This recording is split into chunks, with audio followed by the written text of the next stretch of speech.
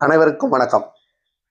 இன்றைக்கு தமிழ்நாட்டை பொறுத்த மட்டும் ஊழியர்கள் பற்றாக்குறை மற்றும் சம்பள ஏற்றத்தாழ்வு காரணமாக வடநாட்டிலிருந்து நிறைய தொழிலாளர்கள் இந்த தமிழ்நாட்டில் பணிபுரிஞ்சுக்கிட்டு வராங்க. அதே சூழ்நிலையில்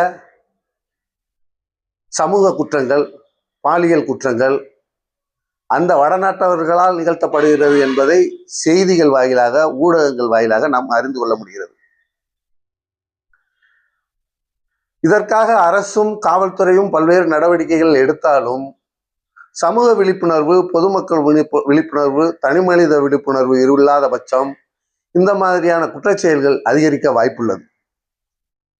இந்த சமூக விழிப்புணர்வு, தனிநபர் விழிப்புணர்வு என்பது எப்படின்னா, இப்போ ஒரு கன்ஸ்ட்ரக்ஷன் கம்பெனி, அதாவது கட்டுமான நிறுவனமோ அல்லது ஹோட்டலோ ஒரு டீ கடையோ எந்த ஒரு வணிக நிறுவனமாக இருந்தாலும் அந்த வடநாட்டு நபர்களை வேலைக்கு அமர்த்தும் போது அவர்களுடைய சுய விவரங்கள், அதாவது பயோடேட்டா, அதை கண்டிப்பாக வாங்கணும்.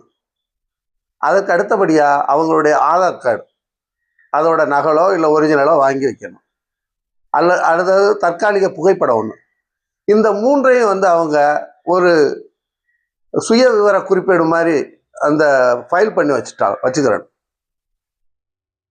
அடுத்தபடியா அவங்க பணிபுரிகிற இடங்கள் இருக்கு இல்லையா, அந்த இடங்களுக்கு இப்போ ஒரு தனிநபர் வீடுகளுக்கு பணிபுரியும் போது அந்த வீட்டோட உரிமையாளர்களோ அல்லது அந்த வீட்டில் இருக்கிறவங்க அவங்கள அந்த நம்ம ஒரு செல்போன் மூலமாக ஒரு புகைப்படம் எடுத்து வச்சுக்கிறது ஒரு நல்ல விஷயம்.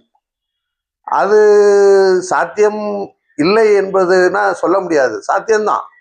அதாவது ஒரு மிகப்பெரிய விஷயத்தை தடுக்கிறதுக்காக ஒரு சிறிய விஷயம் செய்கிறதுல தப்பே கிடையாது. அடுத்தபடியாக அந்த மாதிரியான விஷயங்கள் செய்யும்போது அவங்களுக்குள்ளே ஒரு உறுத்தல் இருக்கு. ஆகா, இங்கெல்லாம் எல்லாமே ப்ராப்பரா பக்காவா செய்கிறாங்க அப்படிங்கிறது, அவங்க தவறு செய்யக்கூடாதுங்கிற எண்ணத்தை கூட இதெல்லாம் வரவழைக்க தோணும். அடுத்தபடியா அவங்க நகரோட ஒதுக்குப்புறத்துலையோ உள்ள ஒரு காட்டு பகுதிகளிலையோ அந்த மாதிரியான நபர்கள் சுற்றி திரிந்தா கண்டிப்பா நம்ம யாரா இருந்தாலும் ஏன் இங்க நிக்கிறீங்க, எதுக்காக இந்த இடத்துல உனக்கு என்ன வேலை, அந்த மாதிரியான கேள்விகள் கேட்கும்போது அது நமக்கு என்ன அப்படின்னு போகாம அந்த கேள்வி கேட்கும்போது ஒரு மிகப்பெரிய தவறை தடுக்கக்கூடிய கேள்வியாக அந்த சிறிய கேள்வி அமையலாம். அதனால நம்ம எல்லாருமே நமக்கு என்ன அப்படிங்கிற ஒரு கோட்பாடை தளர்த்திட்டு இந்த சமூகத்திற்கு நம்மளால ஏன் எதுக்குங்கிற ஒரு வினா எழுப்பும் போது தவறுகள் குறைக்கப்படுங்கிற ஒரு கோட்பாட்டோட நம்ம அந்த விஷயத்தை செய்யும்போது தொடர்ச்சியாக சில குற்றங்களை நம்மளால தடுக்க முடியும். அதாவது தனிமனித விழிப்புணர்வு தேவைங்கிறதுக்காகத்தான் இந்த பதிவு. நன்றி.